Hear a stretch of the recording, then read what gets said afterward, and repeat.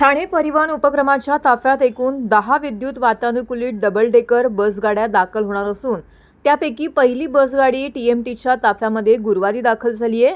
या बसगाडीची नोंदणी प्रक्रियाही सुरू करण्यात आल्याने येत्या 15 दिवसात ही बसगाडी प्रवासी वाहतुकीसाठी उपलब्ध होणार आहे। ही बसगाडी ठाणे ते घोडबंदर मार्गावरती चालण्याचे जवळपास निश्चित झाले। ठाणे शहराची लोकसंख्या 27 लाख इतकी असून शहरास 1350 बसगाड्यांची आवश्यकता आहे।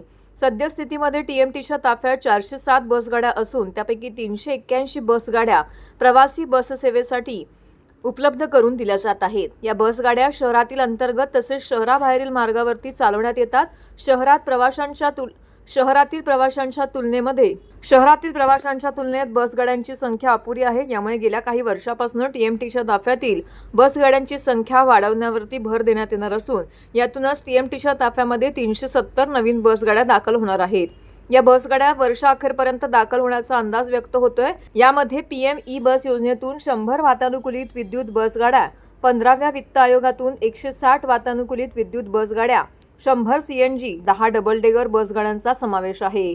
या बसगाड्यांची संख्या 777 इतकी होणार आहे। मुंबई महानगरपालिकेच्या बेस उपक्रमाच्या ताफ्यामध्ये आधीपासूनच डबल डेकर बसगाड्या आहेत।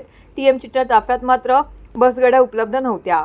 पहिल्यांदाच अशा बसगाड्या खरेदी करण्याचा निर्णय टीएमटी प्रशासनाने काही महिन्यांपूर्वी घेतला।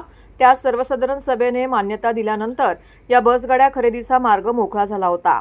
टीएमटीच्या ताफ्यात एकूण 10 विद्युत वातानुकूलित डबल डेकर बसगाड्या दाखल होणार असून त्यापैकी पहिली बसगाडी घोडबंदर रोड येथील आनंदनगर आगारामध्ये दाखल झाली आहे। 1 मे रोजी महाराष्ट्र दिनानिमित्त या बसगाडीचे लोकार्पण उपमुख्यमंत्री एकनाथ शिंदे यांच्या हस्ते करण्याची तयारी प्रशासनाकडून सुरू करण्यात आली असून त्याचबरोबर बसगाडीची प्रादेशिक परिवहन विभागातील नोंदणी प्रक्रियाही प्रशासनाने सुरू केली आहे।